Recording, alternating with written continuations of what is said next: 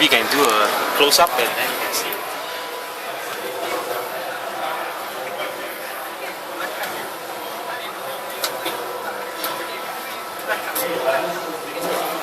Alright, and then I will come back to the kiosk. I can show you where you can, as an EV user, you can actually check the status, energy is being consumed for the charging. You can, just now I click charge, now you can go for the status, click station slave number 2, okay, and then you will appear. Yeah, you can see this my name, for example, is John Doe, and then there's pole ID number 2, the status, charging in progress, start time when it starts, okay, and of course when I stop it, then you will have a record a stop time here later on, and duration has been ongoing for 1 minute, and there's a current being drawn later on, you'll be recorded in the kilowatt hour. So if I come back to the station, I say, okay, now I'm done with my shopping, I want to take my car, because I'm topping up the charging. Now I say I don't need to do a full charge, I just want to stop the charging. Again, I just press stop, transaction in progress, transaction successful, I'm done. So what I can do, I can just go back to the car.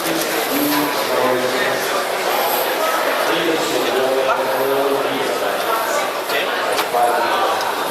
The plug, the coupler, back to the kiosk. Done. I can get into the car and drive my car away. Yes? Detail. I mean, how long does the charging durations will take? Oh, it varies. It very much depends on the car specification. We have been asked a lot of this question. A lot of EV users. Charging station. Okay, so how long does it need to charge? Is what you asked. Actually, that question should be directed to the OEMs and EV OEMs because it depends on the battery technology and the onboard charger of the car. But just to give you a general range, you can because this charging station is a semi-fast charging station. You can charge. You can go for slow charge and up to semi-fast, meaning that you can charge from as low as 10 amp all the ways to 32 amps 3-phase. So meaning that you translate that into number of hours, you can mean as you want to top up from, for example, 3 hours all the way to 8 hours. So depending how much current being drawn to the car, and how much energy the car is willing to take from the charging station. We can actually support a single phase.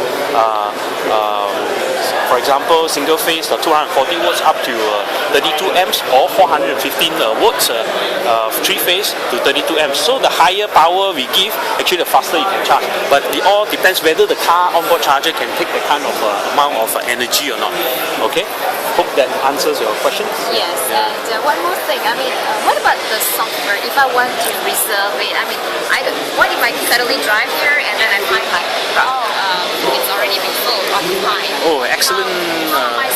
Excellent question. Actually, yeah, what you can see here is like just a master kiosk, and just the hardware and charging, But then what we are providing to this whole solution, the intelligence and the management capability of it.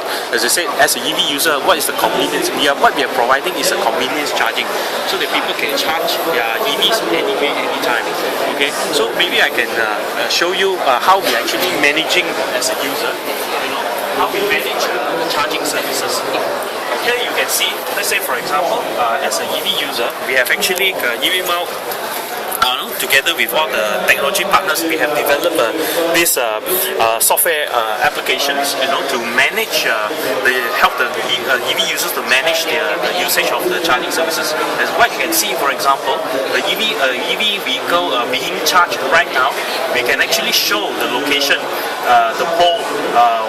Let's say for example the charging site is at 1 Utama and which parking level, not just at the shopping center, you can even go down into the different parking level, because within the parking center there could be different parking level where we will install the charging station. Okay, and you can show, let's say you are charging, when did it start and how much energy has been consumed. Okay, that is actually the status page, and then we can move on. Let's say we have, what you're looking here is actually an Android application. We have developed a similar one for iPhone, iOS. Okay, Okay, then you can see I've clicked on the map. You know, you can see if you're familiar with a Google map, this actually is a Google map with a Google traffic information. You know, and you can see, let's say if you can see I can zoom in and zoom out. Okay, to find the different charging locations. You see the green ones, that means the charging station are located. You know, and are available. Their charging station available. The red one here is that means there are charging station there, but they are all have been occupied. You know, fully used. So you as a driver, you can see, okay, I'm driving an EV, I need to top up my charging station. But you can see, going the traffic is very heavy here. Maybe I can find another route, go to another charging station point, you know, so that it's easier for me to get access to a charging station. Then let's find out, what are these locations, for example. You can see here, this is one Utama, or you can see here is a Haikong charging site. Okay, so for example, let's say I go into the One Utama charging shopping center. I click on it. You can show me within the One Utama shopping center, they have charging station located at level B1, VIP level, and level 1. And how many charging station available?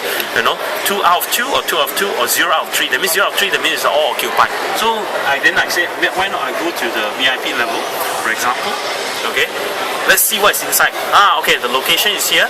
Then we also, the intelligence of our application, we also show you that this charging station are available. Do you want to reserve them or not? Because you are still probably half an hour or 1 hour away, but you don't want to drive there later on. By the time you drive there, it's out of order or not available. Just like go to the ATM machine, you go there, alamak, the ATM machine is down. So what you can do, you can click on it. I say I want to reserve pole number 12.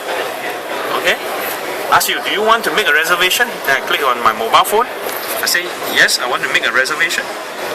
Then you prompt me, the pole will be reserved for the next 30 minutes. Do you still want to continue? I say, yeah, of course. Why not? So this could be a premium service, just like you're buying a movie ticket via your mobile phone. You pay a premium for it, so that you get to choose your seat number and then your movie time, so that when you get to the cinema at the last minute, you still can actually basically go in and watch your movie. Again, this is at the premium service. So it says here, reservation success. So I just click OK. Say your charging station has been reserved. So they ask you, then you still give you a chance. Do you want to cancel a reservation? But you pay for it. You say I don't want to go there. I just want to cancel. You can cancel it as well. So you have a few options, you know, to do this. So let's go back to the screen, to the main page.